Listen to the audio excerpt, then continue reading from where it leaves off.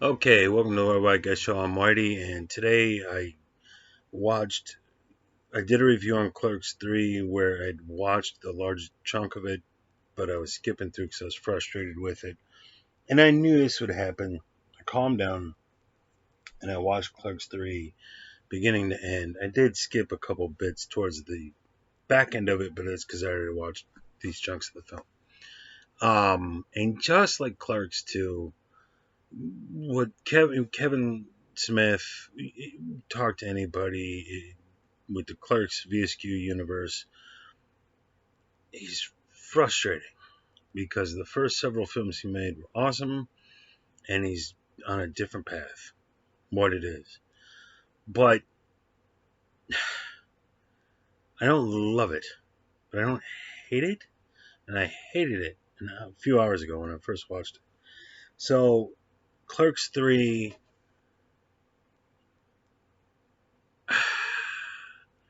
I counted 9 laughs, 3 or 4 smiles. And Jason Mewes ironically, keeps this from becoming a lethal heart attack. Oops, knocked that over. So, I'll talk about the film a little bit, and if you somehow watching this and you haven't at least heard of the Clerks 3 film, so it begins with, I think it's supposed to be 15, 16 years later since Clerks 2, and you got Dante and Randall working at the Quick Stop. Elias and his buddy McGurk or something are selling kites. Elias is still doing the Jesus-y thing from the second one. He's big into Jesus. And then Randall has a heart attack. You go to the hospital, the doctor saved his life.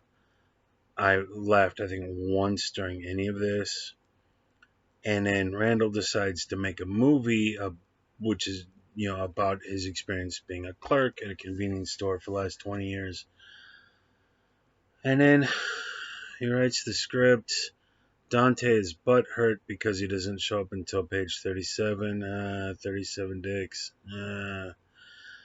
And there's some faux drama there.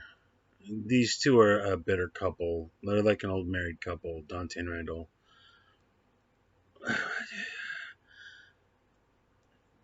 Then a bunch of shit happens.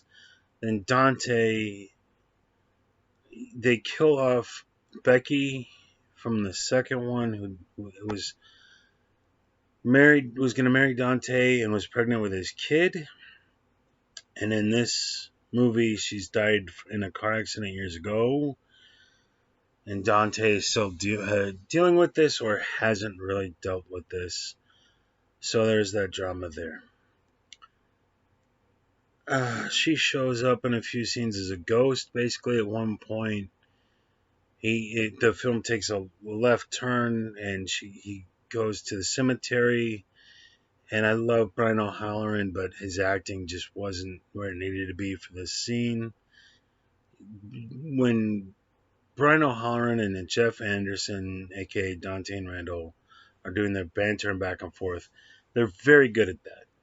Like Laurel and Hardy or something. They got timing, they got charisma, it's fun. And they can do drama to an extent. But that scene just didn't. Brian just wasn't there. He just isn't at that level to bring the impact of the scene. Once they get making the film, things go take a step forward and a step back and a step forward and a step back. So Jay and Silent Bob have bought the old VHS store where they sell tapes. It was like in the Clerks, it was a 2-in-1. You had a convenience store and then a movie rental right next to each other, I guess. And they were always referred to as the stores, plural. Well, of course, that technology is outdated. And so now Jay and Silent Bob have turned that into a place where they sell weed. And that makes sense. It's one of the better parts of the film, and it makes sense.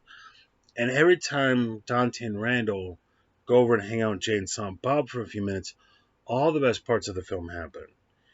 when it's Trevor Furman as Elias and his buddy, who's the new Silent Bob. Hardly any of that worked, and it bogged the film down. And there were a couple bits. There's at one point where he's allergic to cats, and so they do the scene where the cat's sitting on the counter, and he brings the cat, set it in, he falls down, he starts foaming at the mouth because he's allergic to cats. I laughed. That was pretty funny. There's another bit where he goes from super Christian to Satan worshiper because he thinks when he was in the lobby at the hospital praying for God to save Dante, and then like in this, you hadn't established this enough U-turn. He decides to become a Satan worshiper because God isn't answering his prayers to save Randall. But then Randall gets saved by the surgeon. So that doesn't make any sense. He should be cheering. He prayed for God to save Randall, and then Randall survived. What they established in the film kills the Widowmaker, the heart attack type he's having, kills 80% of people. So despite this, he pulls through, and he should be ecstatic. Instead, he becomes a Satan worshiper, and throughout all the movie, he's wearing weirder and weirder clothes. Him and then the new Silent Bob.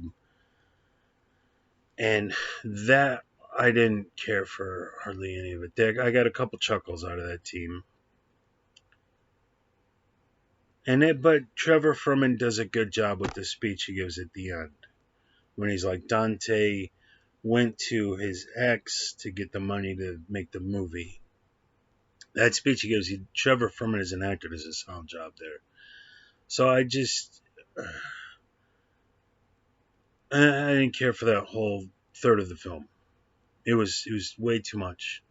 There was too much on the Elias side of things, and not near enough Jay and Silent Bob. But when Jay and Silent Bob are on screen, it was the best parts of the film. And it felt I'm watching a Clerks film. I'm watching Dante and Randall hang out with Jay and Silent Bob. This is a Clerks movie. When it's Elias and the other guy, it's like, this didn't quite work. They go to do auditions. You get all these celebrity cameos.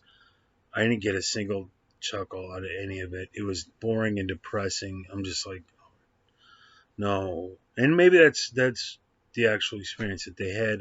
They brought back a lot of people who had the little bit parts in the first Clerks movie. I appreciated that, but they didn't make any of it work at all. None of it worked. So there's one bit where the lady from the first one shows up, and then she wants to dress up like Lucy.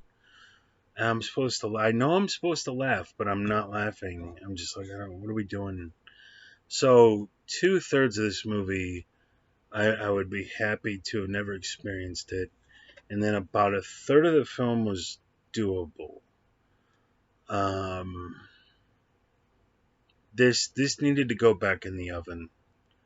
And then there's talk on YouTube and interviews and stuff how there was a original script before this, and Jeff Anderson balked. Thank God, because apparently that one was really bad. I don't know. Was it really bad? What am I watching here? Jason Mewes near single-handedly kept this movie from being truly awful. It still isn't good, but they got. I said this in the last review. Kevin Smith had got cut too much up in the lore, and everybody wants to revisit this, and it's like, not to this extent. So, like in Dogma, when Jeff Anderson has that little cameo, I was like, man, we could use more Jeff Anderson. I don't. Maybe I'm not a Star Wars guy. Like, all the things that worked in Clerks were sprinkled in there, in just the right amount. Where here it was lathered on. It's like salt. You put a dash of salt on something. It's yummy and delicious. You make it 2/3 salt, it'll kill you. And that's what happened here. It was too. It needed to be spaced out and put in there a little bits. Instead, it was just lathered on there. It's like this stuff from the first one was clever, and I enjoyed it. It didn't make the movie. So, but there were some good parts. Like the scene where Dante's in the cemetery, and Bex shows up, and she's talking about all these people she's had sex with in heaven. I couldn't give a shit about it, but I kind of chuckled when she was like, she's listing like Malcolm X and all these people she had sex with, and she's like George Washington. And then Dante's like, really? Or he's like, no, or something like that. He has a contrary reaction. And she goes, Carver. I was like, okay. I giggled a little bit.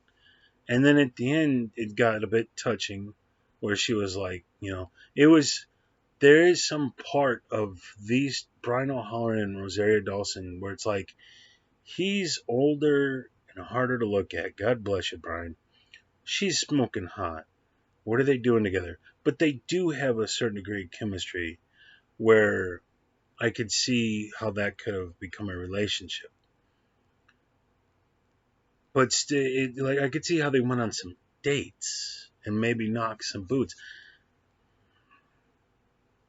I can't buy that. She's too gorgeous for this man. And he's a nice guy, and they covered this on Clerks too. I get it.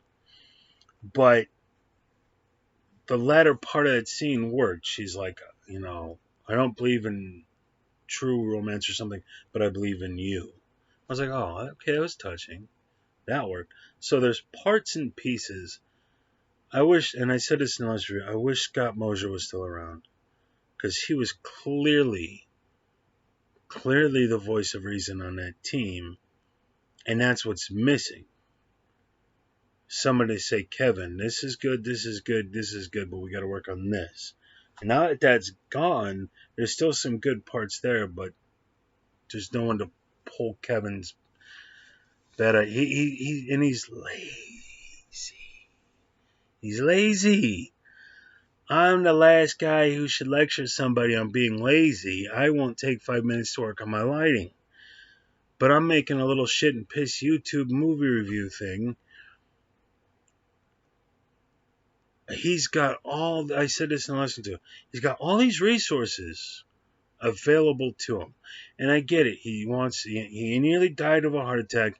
He wants to go back to his roots and revisit some of that stuff. And some of it worked and some of them I'm glad it did. But it's like it should have been, this would make better television than a movie. And this would make solid B story. So while something more exciting and actiony and funnier were happening, and then you cut to this, that would be fine. This story, it would work out okay. Great. It's the salt, though. It's not the whole story. It's the tomato in the sandwich. It's not the whole sandwich. This alone doesn't make a good film, and there's contradictions. Again, Elias should be screaming happy that he prayed to Jesus, and Jesus, after I think he's supposed to be 36, after 36 years of praying to Jesus, he prayed to Jesus, and Jesus answered his call by saving Randall, who survived a very scary, and 80% of the time they don't make it, heart attack. Why does he become a Satan worshiper? It doesn't make any damn sense. And the 2 or 3 chuckles you get from that whole thing, all the wardrobes and dress up, it didn't work. Somebody should have done something, and Kevin, it ain't working. So I don't absolutely hate this movie as much as I hate my lighting. I gotta do something with this. But I don't love it either. I'm not happy about it. So I counted 9 laughs, 3 or 4 smiles, and a lot of just patiently waiting for something to happen. So if you again get put Elias in the background somewhere. He has his moments. He's Curly Joe from the Three Stooges. He's not even Joe Dorita. He for damn sure isn't Curly. Not even Shemp. He's not even Shemp. But we spend a third of the film with this guy, or something like it. He's background noise. It should be Jeff Anderson, Brian O'Halloran with Jane Silent Bob. And then occasionally Elias walks in. Instead, it's front loaded with Elias, and a lot of time his energy is dedicated to that. And I couldn't give a shit about 90% of what happened there. And then when they finally get making the film, and it's starting to click a bit, and there's a scene where Dante steps back, and it's kind of like he's watching his best friend do something he wants to do with his life, and he's got that look of happiness in the face. Go, okay, this movie's starting to pick up some speed, and some of the different themes are starting to connect together. This is starting to work. But then Dante, they go to shoot at the movies where he met Bex and all that happened, and then she died tragically, not necessarily at the movies, but his memories of her tied up into this place. And then he has a panic attack and runs off, and it's just like, and then Randall, he shows up drunk hours late, and Randall pulls him back into the reefer, and he's like, you're so selfish and all stuff, and it's like, none of this, no, that's not where this was going. It does, they do this U-turn in the narrative where now they're over into this space over here that doesn't make any sense. He nearly died. That's his best friend. They should be past this. And this is what we're doing with the movie. And then at the end, of course, it's the same thing as that asshole Seth MacFarlane.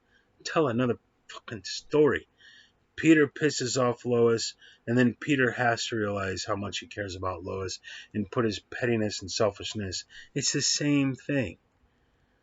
Do something the fuck else with your stories. Damn it. Just like Clerks 2. In the first Clerks, they were just buddies at work.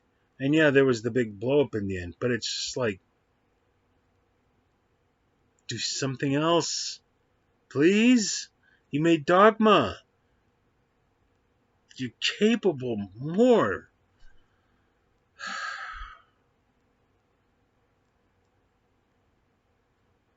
The man needs to follow his own advice. You almost died. Go do some Scorsese.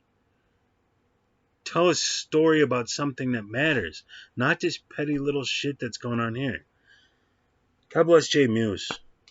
Kept this from being a wholly unwatchable movie. You know, a couple of chuckles here from Trevor Furman.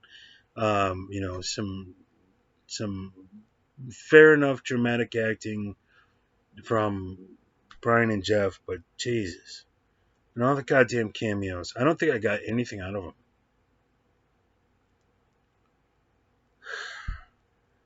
I don't completely hate it. I'm not happy. Not happy with it. But part of it is, I'll be honest, it reflects my life. What the fuck have I done? I'm 40. What have I done in my life? So I'm looking at the Jeff Anderson character and I'm relating to this guy. And like so many people have said of Kevin's work. And then he's got a tiny dick. And then he's this selfish, petty jerk. It's like you got a good platform. The concept here is good. Do something fucking else with it that hasn't been done 10,000 times. That you had to tread some new terrain. Do something else. All these actors that would be happy to come and work with you. And all the budget you could go get. I don't know what else to do with this film But the premise is good. And then at the end of the film, did Randall goes home while Dante's in the hospital, still alive. And Randall goes home and re-edits the film to make Dante a more central character, and he goes to the hospital to show him the film they just made. So, going on, they didn't flesh much of this out, but I'm assuming the film's done. And then in the next scene, Dante's dead, and Randall's back at the convenience store. Didn't he just make a movie?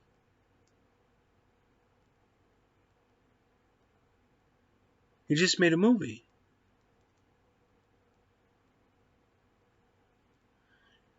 If it's worth a shit in the least, you could have toured that around some independent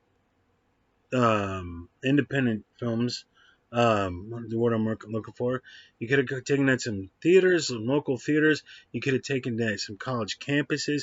You got some wacky hijinks going on, just like the real movie. And then Jennifer Schwalbeck, the fucking curse. I swear to God, the curse of these movies.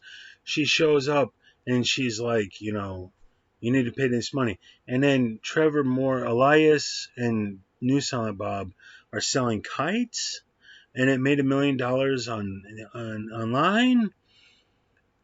And then Trevor buys the half of the Quick Stop and is the new Dante in a way. What about, shouldn't his movie, if you at all, 30 grand? You made an hour and a half long film, it couldn't make 30 grand? That you can't. So Dante, scrambling to be the producer to help make the film, goes to Jennifer Schwalbach's character, which was the lady that Dante cheated on the first one. They were going to get married, they didn't. And he says, I'm desperate, I need your help. And so he puts up his half of the ownership of the Quick Stop as collateral on this loan. So when he dies, she owns half the Quick Stop. Shouldn't Randall have been, here's the money for that, and now I own the Quick Stop myself because I just put out this movie that I just made that this whole movie was about. Instead, Elias's kite thing pays, oh my God.